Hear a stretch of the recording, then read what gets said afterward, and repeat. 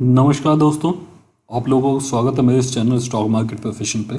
HDFC bank, देखिए ये जो स्टॉक है ये लंबे टाइम से इंडिया के अंदर नंबर 1 प्राइवेट बैंक है। और इस कंपनी को अगर आप देखेंगे, इसके फंडामेंटल्स देखेंगे तो बहुत ही स्ट्रॉन्ग कंपनी रही है।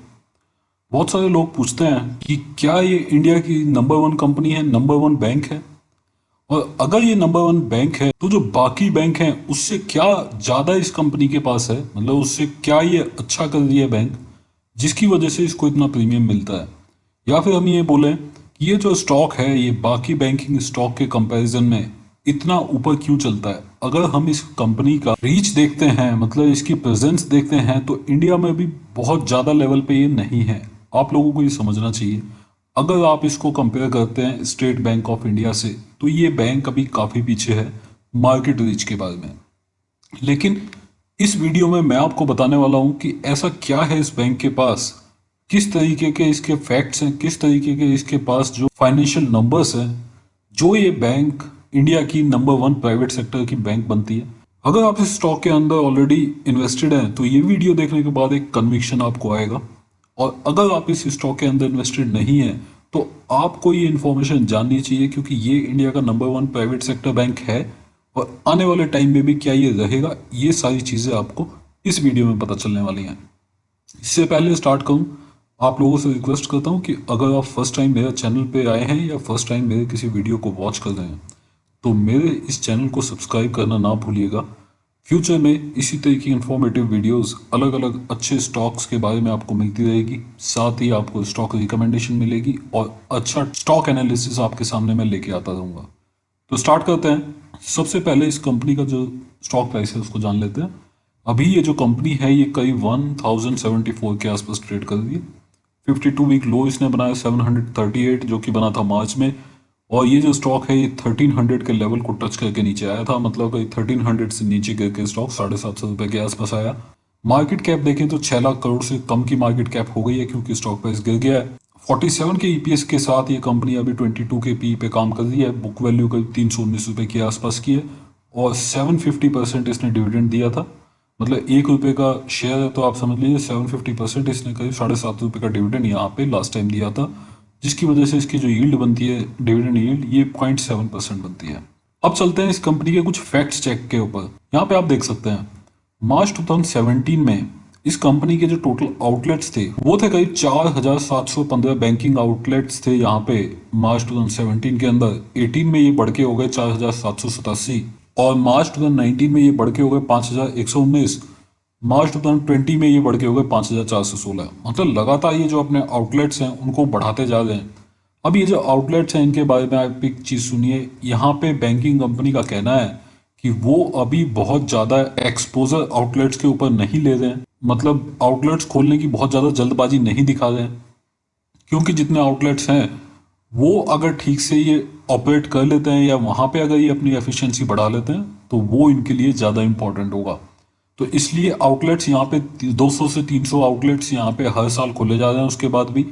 और देखिए सिटीज़ 2657 सिटीज़ को ये मार्च 2017 में कैटर करते थे, जो कि अब बढ़ के हो गया है कि 2803 सिटीज़। 28% मेट्रो सिटीज़ के अंदर हैं ये, 31% सेमी अर्बन और 20% अर्बन में और 21% रूरल एरिया में।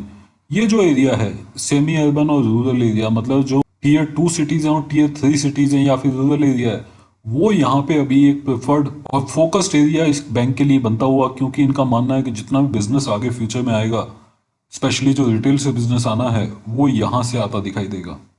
तो इसमें अभी भी देखें तो कई 52% के आसपास सेमी अर्बन और रूरल, जो गांव देहात का जो एरिया होता है, वहाँ से आता है।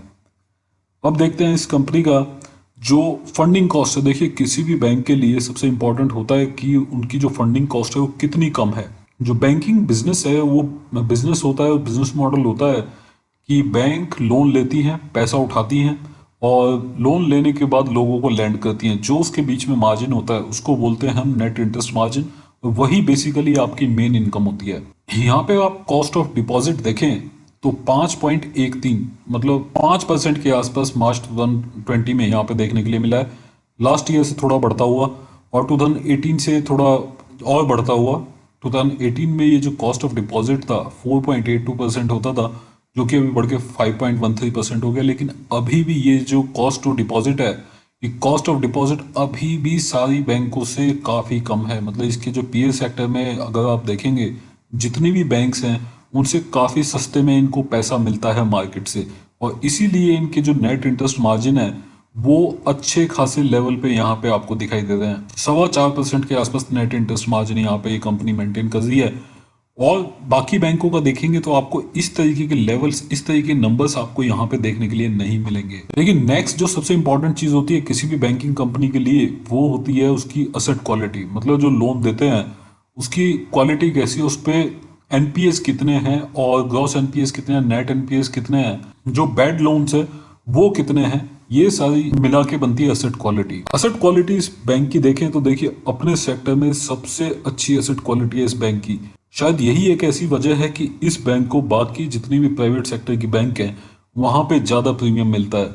यहाँ पे आप देख सकते हैं एनपीए टू एडवांसेस अगर आप देखेंगे 1.26%, ये ग्रॉस एनपीए की मैं बात कर रहा हूँ। और नेट एनपीए देखेंगे तो देखिए 0.5% से भी कम यहाँ पे आप नेट एनपीए देख सकते हैं। मार्च 2020 में जो नेट एनपीए है वो देखिए पिछले 2-3 साल से अच्छा आया है, पिछले 2-3 साल से भी नीचे आया है।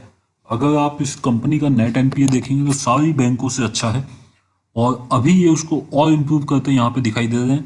लास्ट ईयर के कंपैरिजन में काफ़ी कम इस कंपनी का जो ग्रॉस एनपीए है और नेट एनपीए आया है। और ये जो सारी चीज़ें हुई हैं ये हुई हैं तब जबकि जो लोन लॉस प्रोविजंस हैं उसको बढ़ा दिया गया है। देखिए जो प्रोविजंस हैं वो सारी बैंकों ने बढ़ाए हैं।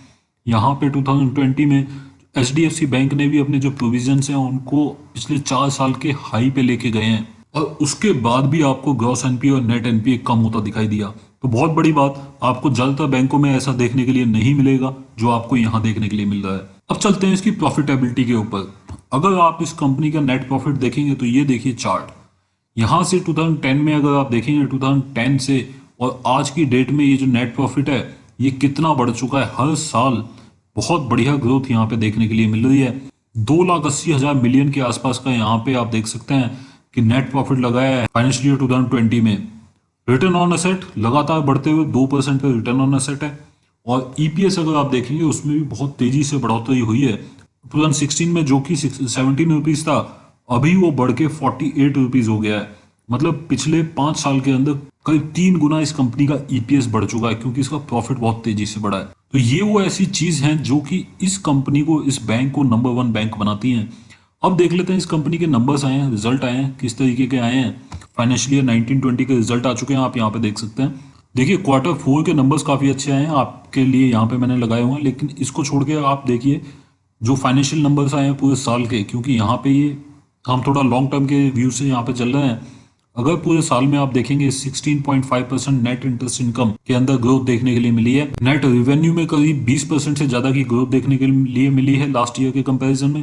प्रॉफिट बिफोर टैक्स में 13.5% की और प्रॉफिट आफ्टर टैक्स में 24.5% की ग्रोथ यहाँ पे देखने के लिए मिली है।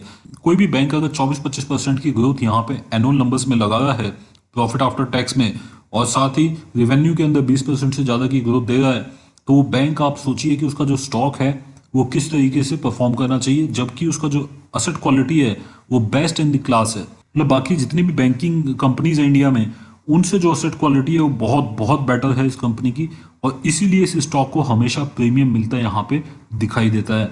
अब इस कंपनी के बारे में कुछ इंपॉर्टेंट चीज़ें अगर जाने, फाइनेंशियल हाईलाइट्स देखें आप क्वार्टर की, तो क्वार्टर में भी देखिए काफ़ी अच्छा इस कंपनी ने परफॉर्म किया है। ग्रॉस एडवांसेस 21.5% की ग्रोथ यहाँ पे देखने के लिए मिली है।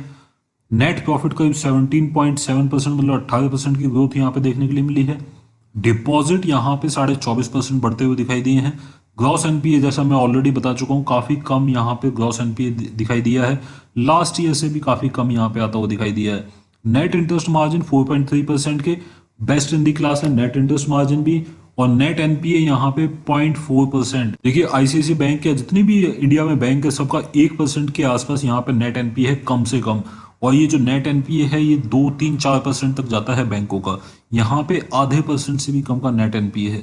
कॉस्ट टू इनकम रेशियो करीब 39% की, और कैपिटल एडिक्वेसी CAR ये भी बेस्ट इन द क्लास है, करीब 18.5% के आसपास है इस कंपनी की। जब इस तरीके के नंबर्स होते हैं तो देखिए जो इन्वेस्टर्स हैं वो अपने आप खींचे चले आते हैं और उसी की वजह से स्टॉक को भारी प्रीमियम मिलता दिखाई देता है। इस स्टॉक के बारे में मैं आपके लिए टेक्निकल एनालिसिस लेके आऊंगा जो कि आपकी ये जो सोच है इस स्टॉक के बारे में उसको और पुख्ता करेगा। फ्यूचर में मैं आपके लिए technical analysis, detailed analysis stock के बारे में लेके आऊंगा और ये भी बताऊंगा लॉन्ग टर्म में ये जो स्टॉक है ये कितनी आगे जा सकता है, क्या इसके वैल्यूएशन फ्यूचर में रह सकते हैं। दोस्तों, अगर आपको ये इन्फॉर्मेशन, ये वीडियो अच्छा लगा हो तो आप इस वीडियो को लाइक कर दीजिएगा और आप जुड़े रहिए स्टॉक मार्केट प्रोफेशनल्स के साथ। अगला वीडियो जल्दी आएगा, तब तक के लिए शुक्रिया, thank you very much, bye bye.